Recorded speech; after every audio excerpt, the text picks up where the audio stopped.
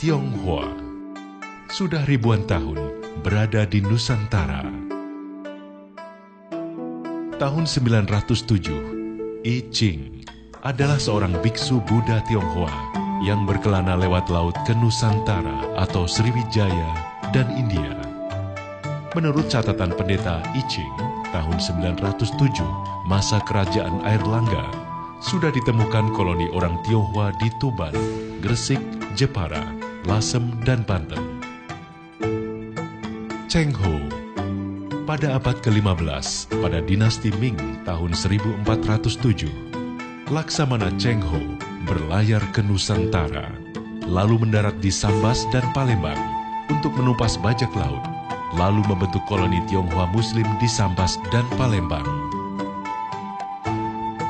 Pelayaran Cheng Ho ke Indonesia adalah untuk persahabatan, perdagangan, alih teknologi, dan menyebarkan Islam. Peninggalan budaya Cheng Ho. Sampokong Semarang. Kelenteng Sampokong Semarang. Apakah Wali Songo orang Tionghoa? Sunan Ampel adalah Bong Sui Ho, Sunan Bonang, Bonang anak Bong Sui Ho, Sunan Kalijaga adalah Gan Si Chang, Sunan Gunung Jati, Toh Abo, Sunan Kudus adalah Jia Te Su. Ui Ing Kiat, perlawanan Tionghoa terhadap VOC, dipimpin oleh Bupati Lasem, Ui Ing Kiat atau Tumenggung Widyoningrat, serta Raden Panji Margono dan Tan Ki Wi. Perlawanan ini menyebar ke daerah Pati, Kudus, hingga Semarang. Tan Sin Ko atau Singse, tokoh pimpinan lokal yang namanya dikenal di sekitar Jepara hingga Lasem. Ia bersama dengan pasukan Mataram dan Laskar Tionghoa dari Batavia ikut menggembur benteng VOC. Tan Sin Ko bersama Bupati Grobogan Martopuri dan Bupati Pati Mangunonen turut menyerbu dan menguasai daerah Kudus. Singse juga bahu-membahu dengan Raden Masaid menghadapi VOC di Palagan Welahan. Kwe Lakwa, tokoh pejuang Tionghoa melawan VOC di Batavia, bergerilya di Batavia, namun mengalami kekalahan dan terdesak hingga ke wilayah Tegal. Dalam kondisi pasukan tercerai-berai, Kwe Lakwa menghilang, Kwe Ansai tertangkap, sementara Tan Panjiang dan pejuang lainnya Oi Ing Kiat gugur di Welahan Jepara. Ui Tiong Ham adalah seorang konglomerat yang dilahirkan di kota Semarang, Jawa Tengah pada tanggal 19 November 1866. Ia sangat tersohor pada dekade-dekade pertama abad ke-20. Ui Tiong Ham ikut mendirikan Tionghoa Sanghui atau Kamar Dagang Tionghoa dan selama beberapa tahun ikut aktif di dalamnya. Ia juga menjadi pengurus dari Huaing Chongxi atau Chinese English School di Semarang. Kongres Pemuda Indonesia kedua, diantaranya hadir 5 pemuda Tionghoa sebagai panitia, yaitu Ui Kai Xiang, Lau Chan Hok, Tio Jin Kui, Kwe Tiang Hong, dan Johan Muhammad Tia, yang waktu itu diadakan di gedung milik Si Kong Leong. Mayor Angkatan Laut John Lee, alias Yahya Daniel Dharma.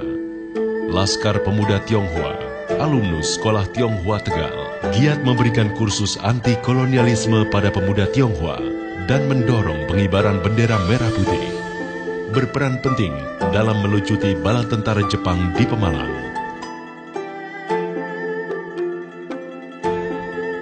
Turut mempersiapkan kemerdekaan Indonesia, 4 dari BPUPKI adalah orang Tionghoa: Ui Tiang Choi, Ui Chong Hao, Tan Eng Ho, Lim Kun Hian.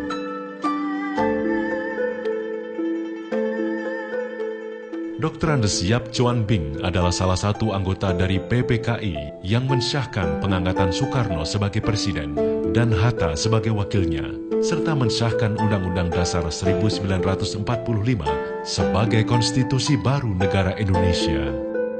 Bangsa yang besar adalah bangsa yang menghargai dan belajar dari sejarahnya. Sesungguhnya orang Tionghoa juga ikut dalam proses kemerdekaan Indonesia. Sejarah pahit suku Tionghoa di Indonesia.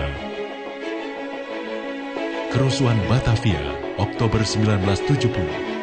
Kerusuhan masa Perang Jawa, 1825 hingga 1830. Kerusuhan Solo, 1912. Kerusuhan Kudus, Oktober 1918. Kerusuhan Tangerang, Juni 1946. Kerusuhan Bandung, Mei 1963. Kerusuhan September 1965. Kerusuhan Malari 1974. Kerusuhan Mei 1998. Berdasarkan laporan Tim Gabungan Pencari Fakta, kerusuhan Mei 98 telah terjadi pemerkosaan, penganiayaan, dan pembunuhan. Kini, perkembangan dari masa ke masa. Diyakini ada masalah mendasar yang perlu dibenahi secara tuntas untuk selamanya. Solusinya adalah kita perlu wadah atau organisasi Tionghoa yang mempunyai lingkup nasional non-partisan untuk menyerap aspirasi dan berdialog dengan pemerintah dan pihak-pihak terkait. Deklarasi Jakarta, 28 September 1998, berdirinya organisasi sosial bernama Paguyuban Sosial Marga Tionghoa Indonesia. Ketua PSMTI Jawa Tengah, Dewi Susilo Budiharjo, terpilih melalui Musprof kedua PSMTI Jawa Tengah. Apa kontribusi kita untuk suku Tionghoa? Penyumbang tenaga, penyandang dana, penyumbang ide. Fungsi PSMTI ke depan adalah PSMTI sebagai rumah besar orang Tionghoa, PSMTI sebagai pemangku marga-marga Tionghoa, PSMTI sebagai pemangku budaya, adat istiadat, dan tradisi orang Tionghoa. Tugas-tugas kita, masih banyak pekerjaan atau persoalan yang masih harus dikerjakan atau diperjuangkan oleh PSMTI, baik pusat maupun daerah. Mari kita bersama-sama bahu-membahu memperjuangkan suku Tionghoa sebagai salah satu suku di Indonesia yang memiliki hak dan kewajiban yang sama dengan suku-suku lainnya.